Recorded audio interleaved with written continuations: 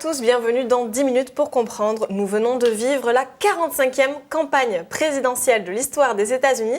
Alors c'est une élection qui est particulièrement complexe, mais d'ici 10 minutes, vous aurez tout compris, on va tout vous expliquer. Mais ce sera bien sûr grâce à François Durper. Bonjour François. On va essayer, Hélène. Bonjour. Alors vous êtes historien, vous êtes également le spécialiste des États-Unis et ça tombe bien. On peut dire que c'est une élection qui dure très longtemps, ça a duré plus d'1 an en fait. Oui, depuis l'origine, c'est une élection très très longue. À peu près 18 mois, 1 an et demi, c'est énorme. Donc c'est une épreuve physique. D'abord parce que c'est un territoire très vaste, 17 fois la France. C'est pas faire campagne en France, c'est faire campagne en Union européenne. Et puis c'est tellement physique. Je compare souvent ça à une épreuve de fond qui se termine par un sprint. Je vous donne un exemple. Il y a 4 ans, le dernier week-end de Barack Obama, il a parcouru, le dernier week-end, 8000 km. Pas à pied. Non, pas à pied. D'ailleurs, à tel point, pas à pied, en avion, parfois les meetings sont sur le tarmac des aéroports. Et il n'a pas le temps de rentrer dans la ville et le meeting se fait dans l'aéroport.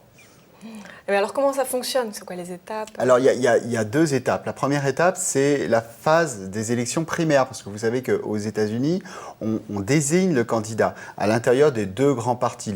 Plus ou moins le Parti démocrate, c'est plutôt les progressistes, le Parti républicain, les conservateurs. Donc il y a une phase d'élection primaire, il y a des débats télévisés, et puis il y a une phase qui va de janvier jusqu'au mois de juin, où on désigne les candidats. Et on désigne les candidats État après État. C'est-à-dire que ce n'est pas comme en France, à 2 tours, où tout le pays vote. On va dans l'Ohio, on va en Floride, et puis il y a le fameux Super Tuesday, le Super Mardi, où on élit un maximum de délégués. Parce qu'il faut engranger des délégués, c'est un vote indirect, pour préparer ce qui va être la convention. Et ça, la convention, c'est au cours de l'été, soit au début de l'été, c'était le cas cette année, en juillet, soit à la fin de l'été. Alors, vous nous parliez de plusieurs étapes. Qu'est-ce qu'il y a juste après la première étape? Alors, juste après la première étape, il y a ce qu'on appelle l'élection générale.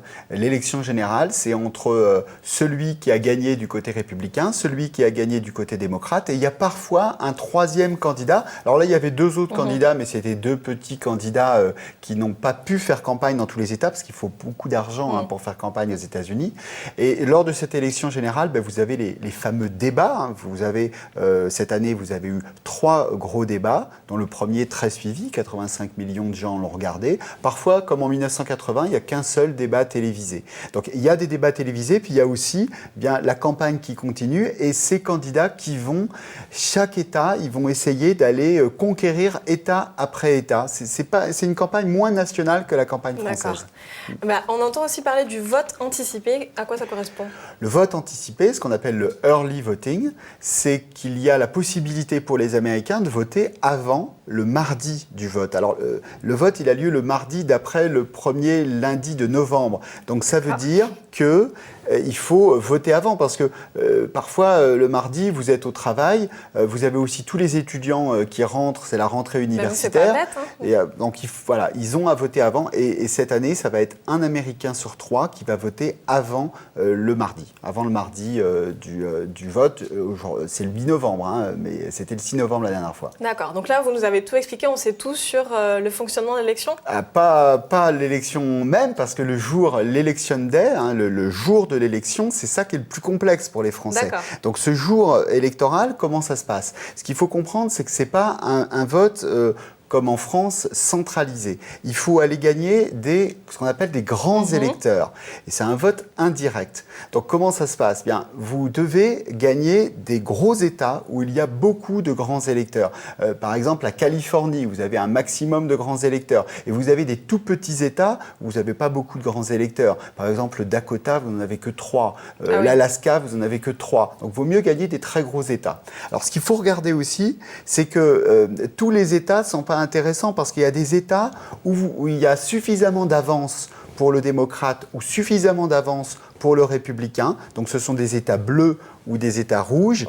Oui, et donc ça ne sert à rien. Par exemple, la Californie, on sait que la Californie vote toujours démocrate. Donc ce n'est pas intéressant pour celui qui veut analyser la campagne. Ce qui est intéressant, c'est les fameuses 15 États sur 50, qu'on appelle les swing states, c'est-à-dire les États en balance, qui sont purple, qui sont violets, ni bleus, ni rouges. Ils sont entre les deux. Ils peuvent être parfois démocrates, parfois républicains. C'est le cas de la Floride, c'est le cas de l'Ohio, c'est le cas de la Pennsylvanie. Et ce sont ces fameux États qui finalement font la différence. Donc vous voyez, un système très différent. C'est comme si en France, on votait en Île-de-France, on votait en PACA, on votait en Haute-France, et après, il faut décrocher tous les grands électeurs de cette région. Après, on fait la totalité. Ce qui fait que, c'est une hypothèse d'école, mais vous pouvez n'avoir que 20% du vote populaire et gagner l'élection.